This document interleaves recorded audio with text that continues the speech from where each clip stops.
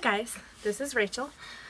I have lost my normal vlogging spot because it's the front door of my grandmother's house and she is home in Virginia for a couple weeks. So I'm having to make do with our beautiful unpower washed garage door. So anyway, it's good to be back with a vlog for you guys. I tried recording one last week, but a multitude of things went wrong, including the camera battery dying, my grandmother who has some memory challenges coming upstairs asking if anyone was home, my cat doing something, and daylight running out. So all sorts of problems. So anyway, I'm here now, and as you can see, I got a lob. Most of you know that from Instagram or Facebook, but in case you didn't, it's gone. And so far, I'm definitely still loving it. Yeah, it's easy to take care of. To style it, all I have to do is put in mousse, twist my hair, use the little diffuser blow dryer. I haven't tried air drying it yet, but I'm sure it'll act the same way. So it's really fun and summery and exciting. Yeah. So anyway, not terribly much has gone on. I say that every single video. But I got to try a new coffee shop Saturday. It's called Three Ships Coffee in Virginia Beach, and they've been a roaster of coffee beans for years, and they're one of the only coffee shops in the Hampton Roads area that I know of that sells drinks made with their own beans. So that's really cool, and I bought a bag of beans. I forget what it was called. Steady Hand? Able-bodied man? I don't know. Something like that. But yeah, they're really good. I'm drinking iced coffee. You can't see it because it's behind the camera, but it's calling to me. Beautiful pink cup with a red and white straw. So yeah, but it's a really cool atmosphere. It's like super non-hipster, which is weird for a coffee shop. It's all about the craftsmanship, but not in a hipstery way. There's a lot of plants, but not in a hipster way.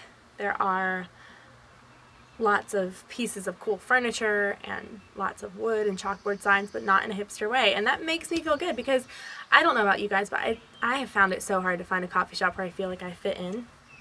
My favorite coffee shop in Hampton Roads is still Cure Coffee House in Norfolk because of the neighborhood it's in. It's in this old cobblestone neighborhood, and so I'll park far down the street just to get to walk through the neighborhood. So Three Ships doesn't have it beat as far as atmosphere in the surrounding area goes, but as far as the coffee shop itself, I love it. The people are friendly, the coffee is great.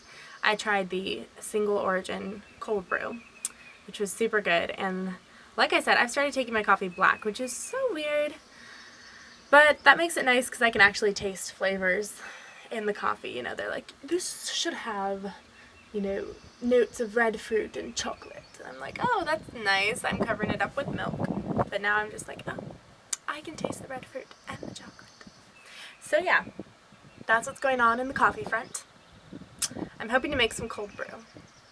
That would be fun. I haven't done it yet, but I know it's super easy.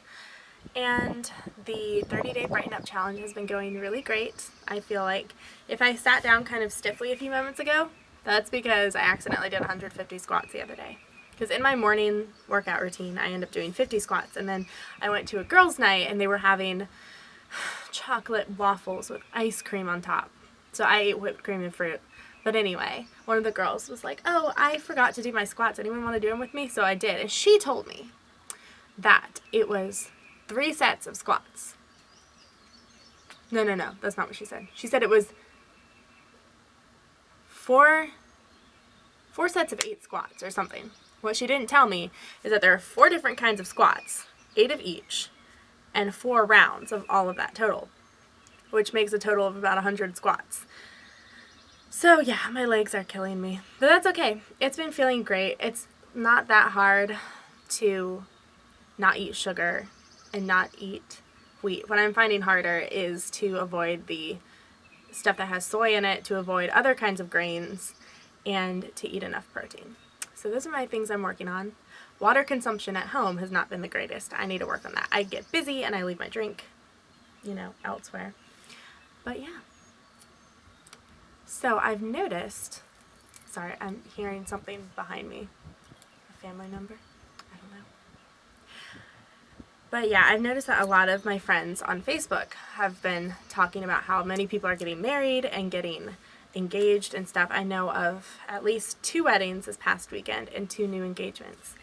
And, you know, lots of us are single girls. And though there are lonely moments, and of course, I would love to be in a relationship or be engaged or whatever, there are a lot of perks to being single.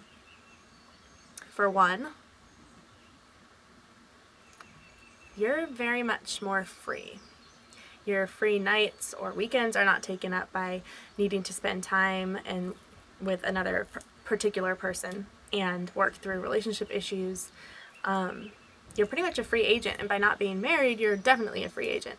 I know a lot of my friends who got married and had babies, and they're living that, lovely life, but they're so much less free than I am. They can't run away for a weekend or, just decide to do such and such. There are household budgets, to be kept religiously, or there are, evenings that need to be spent with their husband and family because they can't just be like, hey honey, nice to see you. I hope you had a good day at work.